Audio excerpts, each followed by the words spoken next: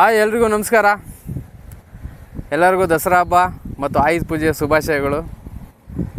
ಏನಿಲ್ಲ, same exact ಒಂದು ವರ್ಷದ ಹಿಂದೆ ಇದೇ ಆಯುಧ ಪೂಜೆಗೆ ಒಂದು ಆಲ್ಟೋ ಗಾಡಿ ತೊಗೊಂಡಿದ್ದೆ.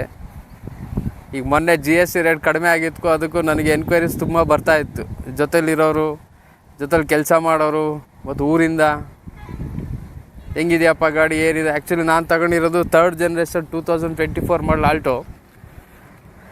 ಸೊ ನನಗೂ ಎಲ್ಲರಿಗೂ ಹೇಳಿ ಸಾಕಾಗೋಯ್ತು. ಸೊ ಯಾಕೆ ಒಂದು ವೀಡಿಯೋ ಮಾಡಬಾರ್ದು. ಸೊ ಇದೇ ಥರ ಡೌಟ್ ಇಟ್ಕೊಂಡು ತುಂಬ ಜನ ಇರ್ಬೋದೇನೋ. ಮೇ ಬಿ ಒಂದು ವೀಡಿಯೋ ಮಾಡಾಕಿದ್ರೆ ಅವ್ರಿಗೇನಾದರೂ, ಆ್ಯಕ್ಚುಲಿ ನಂದಾಗಲೇ 10,000 ಕಿಲೋಮೀಟ್ರ್ ಆಯಿತು. ಸೊ ಒಂದು ರಿವ್ಯೂ ಕೊಡೋಣ ಅಂತ ಆಲ್ಟೋ K10 3rd ಜನರೇಷನ್ 2024 ಮಾಡಲ್ದು.